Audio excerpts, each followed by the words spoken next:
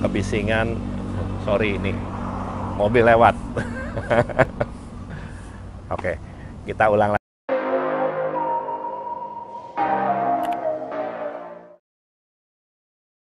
Ya, ketemu lagi dengan saya Herwin Gunawan. Selamat pagi teman-teman semua.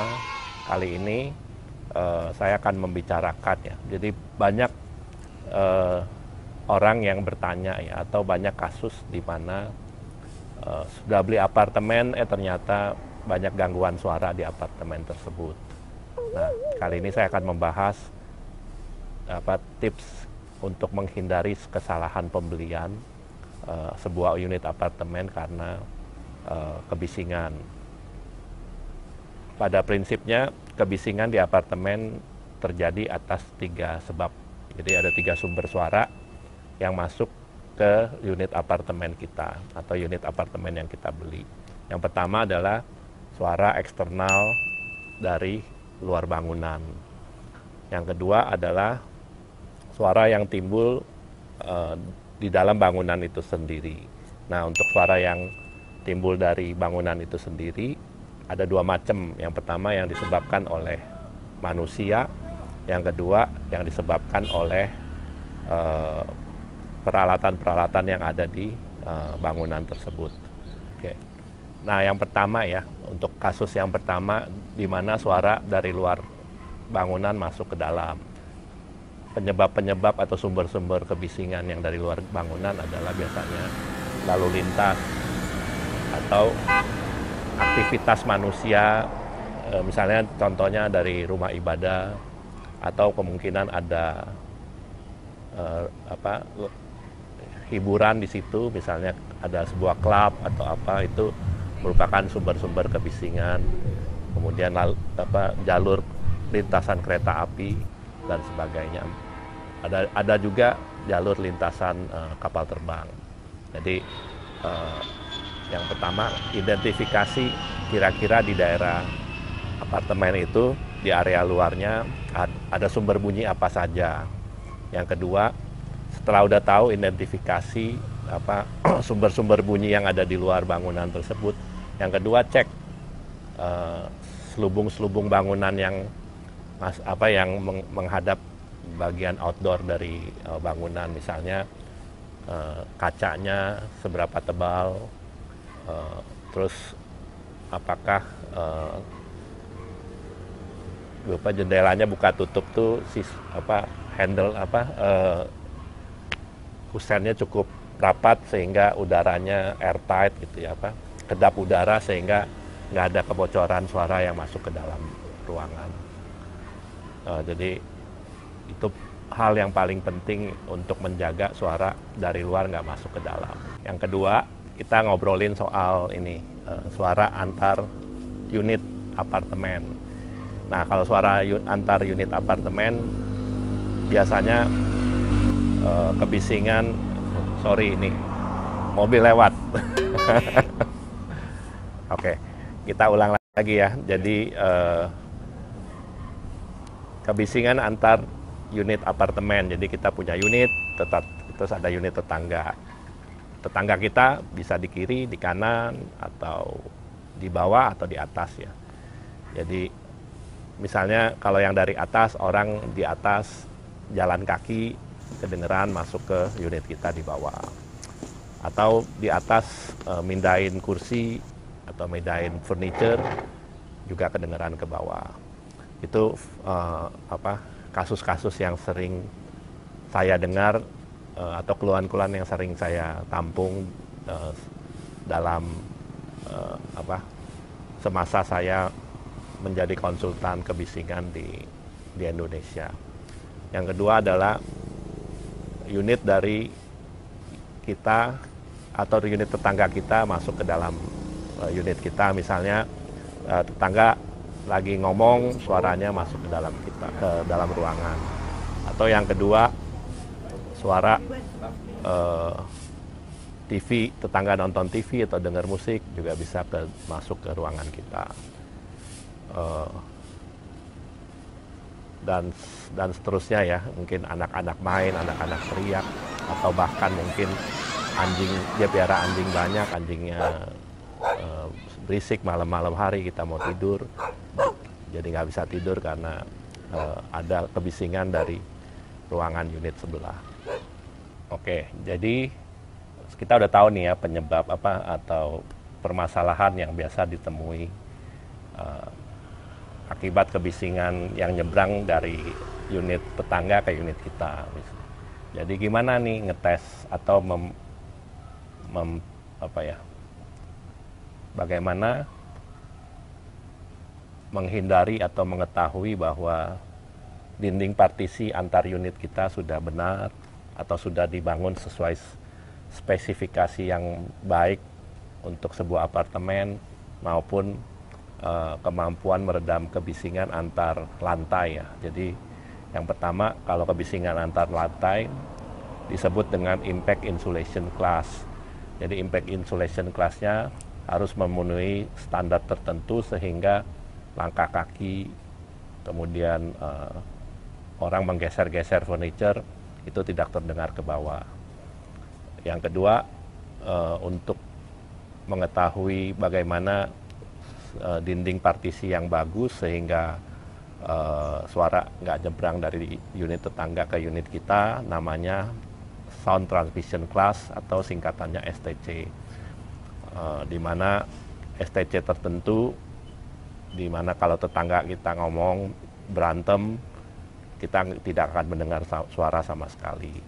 Jadi kita harus mengetahui, harus bertanya kepada penjual apartemen tersebut, berapa STC-nya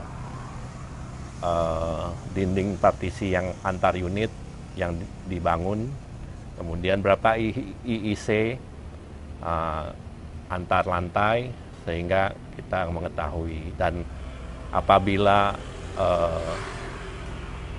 pemilik apartemen tidak punya data atau penjual apartemen itu belum punya data, mungkin bisa diminta jasa pihak ketiga untuk melakukan pengukuran sehingga terlepas dari kesalahan membeli. Karena kenapa kalau salah membeli?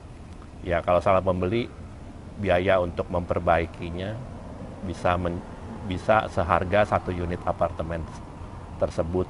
Jadi lumayan mahal. Ya, jadi untuk mengetahui atau mengecek kualitas sound insulation dari luar ruangan ke dalam, kita harus mengetahui nilai OITC atau Outdoor Indoor Transmission Class. Jadi sehingga suara-suara yang di luar seperti dari lalu lintas mobil atau motor gede atau pesawat terbang apabila apartemen kita berada di dekat bandara udara, kemudian kereta api apabila apartemennya dilalui oleh jalur kereta api. Oke, sekarang yang ketiga ya. Yang ketiga, kebisingan yang disebabkan oleh peralatan-peralatan yang ada peralatan atau fasilitas yang ada di apartemen tersebut. Nah, kalau peralatan biasanya peralatan MEP nih, suara misalnya chiller atau suara genset atau kompresor AC atau AHU dan sebagainya. Atau kemungkinan yang kedua jalur-jalur ducting yang didesain kurang baik, itu juga menjadi sumber suara. Kadang-kadang lift naik turun juga itu menjadi masalah atau sumber suara juga. Kemudian lift, AC, ya saya rasa udah cukup ya. Kalau seandainya ada yang kurang, alat-alat yang saya belum sebutin boleh ditulis di kolom di bawah. Jadi supaya untuk mungkin kita bisa jawab gimana cara menghindarkan atau ini. Terus yang kedua fasilitas yang ada di apartemen, misalnya kolam berenang. Apabila unit kita dekat sama kolam berenang ya mungkin coba hati-hati. Kadang-kadang aliran air atau suara air kecipak, getaran-getaran air itu suka merambat lewat struktur dan masuk ke unit kita. Ada juga apartemen yang punya fasilitas hiburan seperti klub atau karaoke atau apa, itu juga kalau fasilitas tersebut strategi akustiknya atau penanganan akustiknya tidak baik ya, suaranya akan masuk ke unit kita. Jadi ya hati-hati sebelum memutuskan untuk membeli. Tolong dicek, bikin checklist sumber-sumber suara apa aja yang mungkin ada di ruangan tersebut gitu. Ya, ciri-ciri suara dari MEP biasanya ada getaran-getaran yang ngung, suaranya ngedengung yang terdengar di ruangan kita. Kita kadang-kadang nggak tahu sumber arah suaranya itu dari mana, tapi kita akan merasakan bunyi kayak gitu. Atau yang tadi seperti yang tadi apa suara air kolam renang klik klik klik klik klik gitu. Itu juga bayangan-bayangan suaranya ada di ruangan, tapi kita nggak tahu sumbernya dari mana. Itu cukup mengganggu. Kemudian suara dari lift. Nah, kalau suara lift ting tong itu yang buka pintu tuh, liftnya terbuka, pintunya ketutup lagi. Biasanya masuk lewat pintu. Nah, perlu diperhatikan pintunya, apakah daun pintunya insulasi akustiknya cukup baik sehingga suara dari koridor nggak masuk ke dalam ruangan. Atau kadang-kadang orang melangkah di depan koridor kita juga, kita akan merasakan ada orang lewat, itu juga kurang menyenangkan ya, dan kadang-kadang bisa memberikan rasa tidak aman kepada kita yang lagi tinggal di apartemen. Oke. Ya, jadi konklusi dari bincang-bincang kita hari ini, ya teliti sebelum membeli ya. Jadi sebelum membeli apartemen, perhatikan apa kebisingan-kebisingan yang ada di sekitar unit kita. Tadi kan sudah disebutkan poin-poinnya, dibikin checklistnya. Kedua, saat kita datang ke situ, kadang-kadang kita ngeceknya jam 2 siang, jam 3 siang. Itu juga tidak ada mungkin saat itu lagi tenang-tenangnya, traffic nggak macet, kemudian diskotiknya belum beroperasi, atau tetangga kita belum ada orangnya, belum ada kebisingan, jadi kita nggak tahu.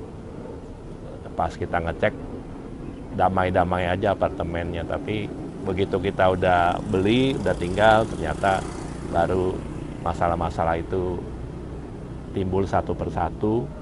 Dan kalau untuk merenovasi atau memperbaikinya, itu bisa habis minimal puluhan juta, bahkan ratusan juta.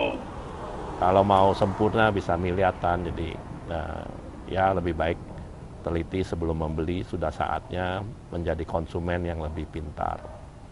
Terima kasih. Sampai ketemu lagi di bincang-bincang berikutnya.